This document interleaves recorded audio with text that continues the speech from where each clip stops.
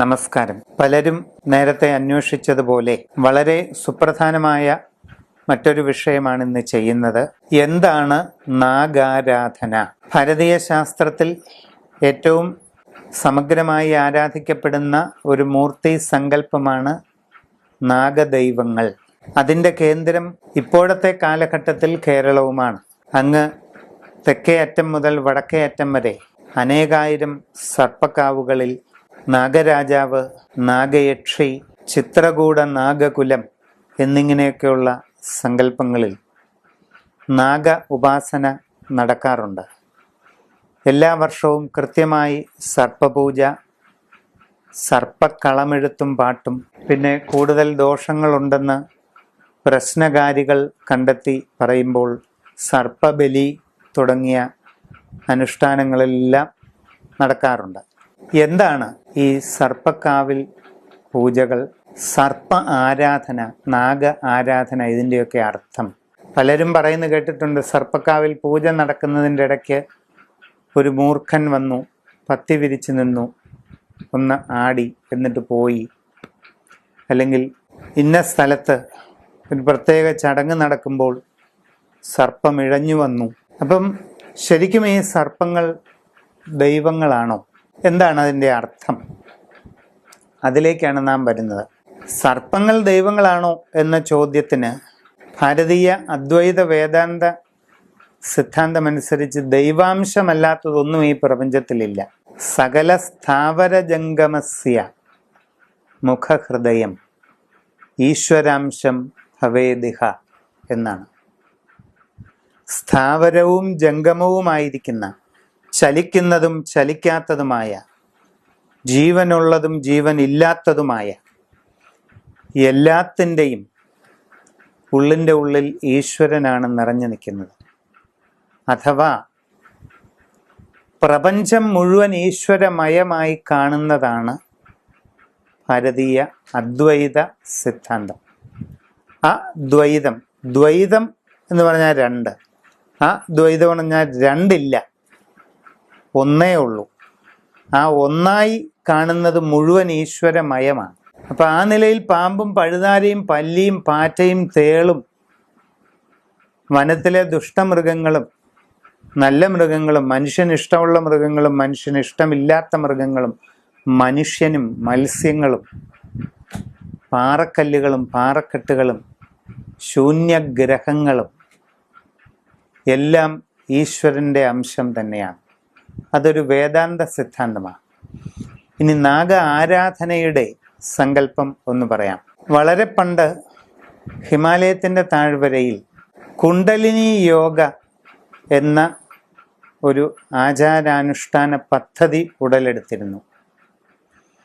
മനുഷ്യൻ്റെ നട്ടെല്ലിനോട് ചേർന്ന് സ്ഥിതി ചെയ്യുന്ന സുഷുമ്ന നാഡിയിൽ ക്രമമായി ഒരു നിശ്ചിത അകലത്തിൽ സ്ഥിതി ചെയ്യുന്ന സാങ്കല്പിക ഊർജ കേന്ദ്രങ്ങളാണ് മൂലാധാരം, സ്വാധിഷ്ഠാനം, മണിപൂരകം, അനാഹതം, ആജ്ഞ, വിശുദ്ധി.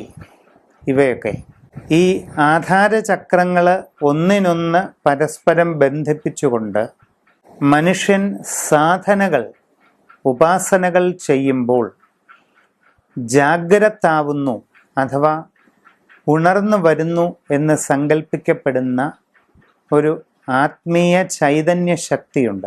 അതാണ് കുണ്ടലിനി. 3.5 ചുറ്റ് ആയി മനുഷ്യൻ്റെ മൂലാധാര ശ്രേണിയിൽ അത് നിദ്രയിൽ ലയിച്ചു കിടക്കുന്നുവെന്നാണ് സങ്കല്പം. 3.5 ചുറ്റ് ആയി ഒരു നാഗത്തിൻ്റെ രൂപത്തിൽ മനുഷ്യൻ്റെ മൂലാധാരത്തിൽ നിർലീനമായ, ലയിച്ചു ചേർന്നിരിക്കുന്ന ഊർജ രൂപമാണ് കുണ്ടലിനി. അത് എക്സ്റേ എടുത്താലോ സ്കാൻ ചെയ്താലോ കാണുകയില്ല, കാരണം അതൊരു എനർജി പാറ്റേൺ ആണ്, ഊർജപുഞ്ചമാണ്. മനുഷ്യൻ തീവ്രമായ ആത്മീയ സാധനകളും യോഗാനുഷ്ഠാന സാധനകളും ചെയ്യുമ്പോൾ ആ കുണ്ടലിനി ജാഗ്രവത്തായി ഉണർന്ന് ഉയർന്ന് മൂലാധാരം, അതിൻ്റെ മുകളിൽ സ്വാധിഷ്ഠാനം, അതിൻ്റെ മുകളിൽ മണിപൂരകം, പിന്നെ അനാഹതം, ആജ്ഞ, വിശുദ്ധി, ഇങ്ങനെ 6 ചക്രങ്ങളിലൂടെ ഉയർന്നു പൊങ്ങി മോളിൽ സഹസ്രാരം വരെ എത്തിച്ചേരുന്നു എന്നാണ് യോഗശാസ്ത്ര സങ്കല്പം. ഇതൊരു പാമ്പിങ്ങനെ ഇഴഞ്ഞിഴഞ്ഞു പോകുന്ന അതേ ആകൃതിയോട് സമാനമാണ് കുണ്ടലിനി ഉയർന്നുയർന്നു പോകുന്ന ഈ പ്രയാണയാത്ര. ശ്രീനാരായണ ഗുരുദേവൻ്റെ കുണ്ടലിനി പാട്ട് ആടുപാമ്പേ കളിയാടുപാമ്പേ അരുൾ ആനന്ദ കൂത്ത് കണ്ടാടുപാമ്പേ എന്ന് തുടങ്ങുന്ന കുണ്ടലിനി പാട്ട് അതിമനോഹരമായ ഒരു ഉദാഹരണമാണ്. ശ്രീരാമകൃഷ്ണ പരമഹംസരും വിവേകാനന്ദ സ്വാമികളും ജഗദ്ഗുരു ശങ്കരാചാര്യരും ഉൾപ്പെടെ പൗരാണിക മഹാചാര്യന്മാരെല്ലാവരും ഈ കുണ്ടലിനി സാധനയുടെ ചുവടുകൾ പിടിച്ച് മുമ്പോട്ട് പോയവരും പിൽക്കാലത്ത് അതിൻ്റെ മാർഗം നമുക്ക് പറഞ്ഞു തന്നവരുമാണ്.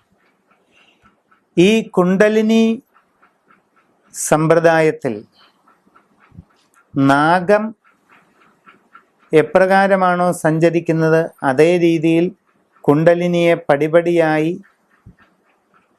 തീവ്രമായ സാധനകൾ കൊണ്ട് ഉയർത്തി മോക്ഷകവാടമാകുന്ന സഹസ്രാര പത്മത്തിലേക്ക് എത്തിക്കുന്നതിന് പരിശീലനം നൽകിയ ഒരു പ്രത്യേക വിഭാഗമുണ്ടായിരുന്നു. നാഗയോഗ കുണ്ടലിനി സമ്പ്രദായത്തിൽ പരമമായ പ്രപഞ്ചശക്തിയെ ആരാധന ചെയ്തവർ.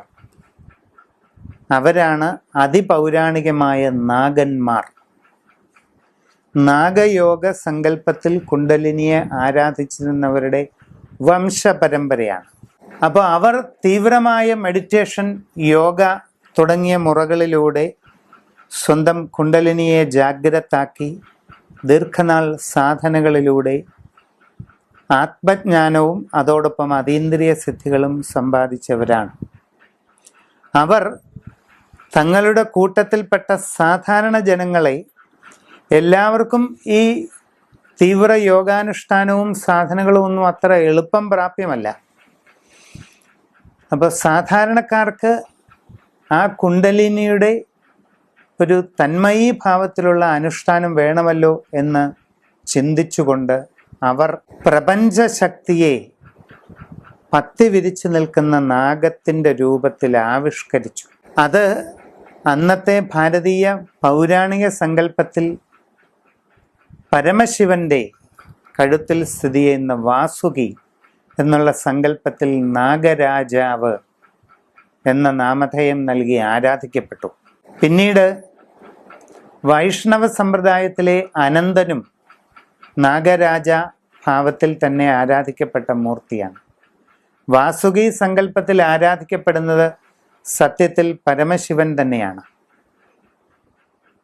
അനന്ത സങ്കല്പത്തിൽ ആരാധിക്കപ്പെടുന്നത് സാക്ഷാൽ മഹാവിഷ്ണു തന്നെയാണ്. ഇവരുടെ വാമശക്തികളായ പാർവതിയും ലക്ഷ്മിയും ഒക്കെ നാഗയക്ഷി സമ്പ്രദായത്തിൽ ആരാധിക്കപ്പെടുവാൻ തുടങ്ങി. വൈഷ്ണവത്തിൽ അത് നാഗലക്ഷ്മി എന്നും അറിയപ്പെട്ടു. അപ്പം നാഗരാജാവും നാഗയക്ഷിയും ശൈവ സമ്പ്രദായത്തിൽ ശിവനും പാർവതിയും തന്നെ. പിന്നീട് നാഗങ്ങളുടെ വംശപരമ്പരയെ അനുഷ്ഠിക്കുന്നവരായി ഒരു ചതുരപ്പെട്ടിയിൽ നാഗകുലം എന്നുള്ള സങ്കല്പത്തിൽ ആരാധന നടത്തിച്ചു പോന്നു. അതാണ് ചിത്രകൂടം. പിന്നെ മണിനാഗം, കരിനാഗം എന്നിങ്ങനെ പല സങ്കല്പത്തിൽ, അതൊക്കെയും മറ്റ് പൗരാണിക മൂർത്തികളെ നാഗഭാവത്തിൽ സമന്വയിച്ച് മൂർത്തിവൽക്കരിച്ചതാണ്. ഇങ്ങനെയാണ് നാഗാരാധന ഭാരതത്തിൻ്റെ വടക്ക് കിഴക്കൻ പീഠഭൂമിയിലൂടെ തെക്കോട്ട് വ്യാപിച്ചത്. അതാണ് ഇന്ന് കേരളത്തിൽ എത്തി നിൽക്കുന്ന നാഗ ആരാധന. അതിന് വംശചരിത്രമുണ്ട്, അത് പിന്നീട് വിശദമായിട്ട് പറയാം. നാഗമായി കണ്ട് ആരാധിക്കപ്പെടുന്നത് വാസ്തവത്തിൽ സാക്ഷാൽ ശിവൻ തന്നെയാണ്. അതുകൊണ്ട് അദ്ദേഹത്തിന് തിരുനാഗേശ്വരൻ എന്ന പേരും ഉണ്ടായി. അപ്പോൾ നമ്മൾ വളരെ ഹൃദയപൂർവം ഒരുപാട് ഭയങ്കര വിപുലമായി ചെയ്യപ്പെടുന്ന മഹാകർമ്മങ്ങളും കോലാഹലങ്ങളും അതിൽ മാത്രമൊന്നുമല്ല. ഇടക്കാലത്ത് കേരളത്തിൽ സർപ്പക്കാവുള്ള എല്ലാ കുടുംബങ്ങളും വലിയ സർപ്പബലികളും മറ്റ് ചടങ്ങുകളും 2-3 ദിവസത്തെ മറ്റ് അനുഷ്ഠാന കർമ്മങ്ങളും ഒക്കെ നടത്തി അനവധി ലക്ഷങ്ങൾ ചെലവാക്കി ഈ സർപ്പത്തെ മറ്റു പല ക്ഷേത്രങ്ങളിലും കൊണ്ട് കുടിയിരുത്തുക എന്തിനാണ്? ഞങ്ങൾക്ക് നോക്കാൻ കഴിയില്ല. ഞങ്ങളുടെ മക്കളെല്ലാം വിദേശത്താണ്, ഞങ്ങൾക്ക് പ്രായമായി വരികയാണ്, ഞങ്ങൾക്ക് നോക്കാൻ പറ്റില്ല, ഇങ്ങനെ ഇവിടെ നിന്നാൽ നോക്കാൻ ആളില്ലാതെയായി പോകും എന്നാണ് ആ കാലഘട്ടത്തിൽ കിട്ടിക്കൊണ്ടിരുന്ന മറുപടികൾ. അങ്ങനെ എത്രയോ നൂറുകണക്കിന് ആയിരക്കണക്കിന് കുടുംബങ്ങളിൽ നിന്ന് സർപ്പങ്ങളെ കുടിയൊഴിപ്പിക്കൽ യജ്ഞം തന്നെ അനവധി ലക്ഷങ്ങളുടെയാണ് കണക്കുകൾ ഇവിടെ നടന്നു. ഈ കുടുംബങ്ങളിൽ എവിടെയെങ്കിലും എന്തെങ്കിലും സംതൃപ്തി പിൽക്കാലത്തുണ്ടായോ? ഒന്ന് ചിന്തിക്കണം. ഈ നാഗയോഗ കുണ്ടലിനി സമ്പ്രദായത്തിൽ വലിയ ആചാര്യന്മാരനുഷ്ഠിച്ച് പ്രതീകമായ നാഗസങ്കല്പത്തിൽ സാധാരണ ജനങ്ങളിൽ വിധിപ്രകാരം നൽകി കുടുംബത്തിൽ സർപ്പക്കാവുകളിലും മറ്റും നാഗരാജാവും നാഗേക്ഷിയും നാഗകുലവുമൊക്കെയായി വച്ചാരാധന നടത്തുന്നതിൻ്റെ ഉദ്ദേശം ആരോഗ്യവും ബുദ്ധിയുമുള്ള നല്ല സന്തതി പരമ്പരകൾ ആ കുടുംബങ്ങളിൽ എന്നും നിലനിൽക്കുന്നതിന് വേണ്ടിയാണ്. സർപ്പാരാധനയും നാഗാരാധനയും ചെയ്യുന്നത് സന്താന പരമ്പരയുടെ ശ്രേയസ്സിന് വേണ്ടിയാണ്. അതിനുവേണ്ടി മാത്രമാണ് അനന്തതയിൽ ലയിച്ചു ചേർന്നിരുന്ന ഒരു മഹാചൈതന്യത്തെ ഇപ്രകാരം ആകർഷിച്ച് ബിംബങ്ങളിൽ ചേർത്ത് ഓരോ വിധി ഉണ്ടാക്കി അതിനനുസരിച്ച് ആരാധന ചെയ്തത്. ഒരു സുപ്രഭാതത്തിൽ ഞങ്ങൾക്കാർക്കും സൗകര്യമില്ല, എല്ലാവരും വെളിയിലാണത്രേ. അതുകൊണ്ട് ഇതെല്ലാം നിർത്തണമെന്ന് തീരുമാനിച്ചപ്പോൾ ഇത് പ്രപഞ്ചം മുഴുവൻ വ്യാപരിച്ചു കിടക്കുന്ന എന്തെന്ന് നിർവചിക്കാൻ പറ്റാത്ത ഏതോ ഒരനന്ത ചൈതന്യത്തിനോടുള്ള സങ്കല്പം കൂടിയാണ്. മഹാവിഷ്ണുവിൻ്റെ ശയ്യാതൽപമായ അനന്തൻ, അനന്തൻ പാമ്പ് എന്നാണ് പണ്ട് കഥ പറയുക. അനന്തൻ, സത്യത്തിൽ അതിൻ്റെ അകത്ത് തന്നെ ഒരു ഉത്തരമില്ലേ? നിങ്ങൾ ഭാഷ പഠിച്ചിട്ടുണ്ടെങ്കിൽ ഒന്നുകൂടെ വിശദമായിട്ട് ചിന്തിക്കൂ. അനന്തൻ എന്നുള്ളത് ഒരു പരിഷ്കരിക്കപ്പെട്ട പേരാ. അതിൻ്റെ യഥാർത്ഥ പേര് അനന്തത, ഇൻഫിനിറ്റി, ആദിയും അന്തവുമില്ലാത്ത, ആദിമധ്യാന്തവിഹീനമായി നിരന്തരം തുടരുന്ന കാലപ്രവാഹമാണ് അനന്തത അല്ലെങ്കിൽ ഇൻഫിനിറ്റി. ആദിമധ്യാന്തരഹിതമായി ഈ ലോകത്തിൽ എന്താണുള്ളത്? കാലം. എന്ന് തുടങ്ങി എവിടെ തുടങ്ങിയെന്ന് വല്ലതും അറിയാവോ? എന്ന് അവസാനിക്കും, എവിടെ ചെന്ന് നിൽക്കുമെന്നും ആർക്കെങ്കിലും പറയാൻ കഴിയും? അതാണ് കാലം. ആദിമധ്യാന്തരഹിതമായ അനന്തമായ ആ കാലപ്രവാഹം തന്നെയാണ് വാസ്തവത്തിൽ അനന്തൻ എന്ന് മഹാവിഷ്ണുവിൻ്റെ ശയ്യയായി കരുതപ്പെടുന്ന ആ സർപ്പം. കാലാഹിന പരിഗ്രസ്തമാം ലോകവും ആലോലചേതസാ ഭോഗങ്ങൾ തേടുന്നു. രാമായണത്തിൽ ശ്രീരാമൻ ലക്ഷ്മണനോട് പറഞ്ഞു കൊടുക്കുന്നതാണ്. കാലമാകുന്ന പാമ്പിൻ്റെ പിടിയിൽ പെട്ട തവളയാണ് മനുഷ്യൻ. മനുഷ്യൻ അമിതമായ സുഖഭോഗങ്ങൾക്ക് വേണ്ടി ആഗ്രഹിക്കുന്നത് പാമ്പിൻ്റെ വായിലകപ്പെട്ട തവള ഭക്ഷണം, എനിക്ക് ഇച്ചിരി വിശക്കുന്നു, ആഹാരം വേണം എന്ന് പറയുന്നതിന് തുല്യമാണെന്നാണ്. അപ്പൊ കാലപ്രവാഹമാണ് ഈ നാഗദൈവം, നാഗരാജാവ്. അത് എത്രയോ നൂറ്റാണ്ടുകൾക്ക് മുമ്പ് ആരാധന തുടങ്ങി ഒരു സുപ്രഭാതത്തിൽ ഓരോരുത്തരായിട്ട് ഇതങ്ങ് വേണ്ടെന്ന് വെക്കുക, എന്നിട്ട് ആവാഹിച്ച് എവിടെയെങ്കിലും കൊള്ളെ കുടിയിരുത്തുക. അതൊക്കെ തന്നെയാണ് ഇവിടെ ഒരു വിഭാഗത്തിന് പാളിപ്പോയ ഏറ്റവും വലിയ തെറ്റ്. വലിയ മഹാകർമ്മങ്ങളും ഹോമങ്ങളും ഒന്നുമില്ലെങ്കിലും മനസ്സ് നിറഞ്ഞ് വിനയത്തോടുകൂടിയ ഒരു പ്രാർത്ഥനയോടുകൂടി ഒരു അന്തിത്തിരി അവിടെ കാണിച്ചിരുന്നെങ്കിൽ തീരാമായിരുന്ന പ്രയാസങ്ങളാണ് എന്തെല്ലാം വലിയ ക്രിയകൾ ചെയ്തിട്ടും തീരാതെ തുടരുന്നത്. അപ്പോൾ സർപ്പാരാധനയെപ്പറ്റി അറിയുന്നവർ അറിയണം, അത് ഒഴിപ്പിച്ച് കളയാനുള്ളതല്ല. ആ സങ്കല്പവും ആ പരികൽപ്പനയും എന്നെന്നും മനസ്സിൽ ഹൃദയത്തിൽ കാത്തു സൂക്ഷിച്ച് നമ്മളിലൂടെ തുടരുന്ന നമ്മുടെ വംശപരമ്പരയ്ക്ക് കുണ്ടലിനി ശക്തിയുടെ മറ്റൊരാവിർഭാവമാണ് പ്രത്യുൽപാദന ശക്തിയും അതിലൂടെ ജനിക്കുന്ന സന്തതി പരമ്പരകളും. അപ്പോൾ ആ കുണ്ടലിനിയുടെ ചൈതന്യം ആരാധിക്കപ്പെടേണ്ടത് വരാൻ പോകുന്ന വംശപരമ്പരയുടെ അഭ്യുദയത്തിന് വളരെ ആവശ്യമാണെന്ന് കണ്ട ഭാരതീയ മഹർഷിമാർ ആവിഷ്കരിച്ചതാണ് ഈ സമ്പ്രദായം. അത് ഒരു സുപ്രഭാതത്തിൽ നിസ്സാരവൽക്കരിച്ച് കളയാനുള്ളതല്ല. ഒരിടത്ത് പൂജ നടക്കുമ്പോൾ പാമ്പ് വന്ന് തലപൊക്കുന്നുണ്ടോ, പാമ്പ് ഇഴഞ്ഞു പോകുന്നുണ്ടോ, അതൊന്നും നോക്കുകയല്ല. അതൊക്കെ പ്രകൃതിയിലെ ഓരോ ജീവികളാണ്. അത് ഈ പൂജയൊന്നും നടക്കുന്നില്ലെങ്കിലും വനങ്ങളിലും ഇതിലെയൊക്കെ എപ്പോഴും ഇഴഞ്ഞു നടക്കുന്നുണ്ടാകും. നമ്മൾ കാണുന്നില്ലെന്നേ ഉള്ളൂ.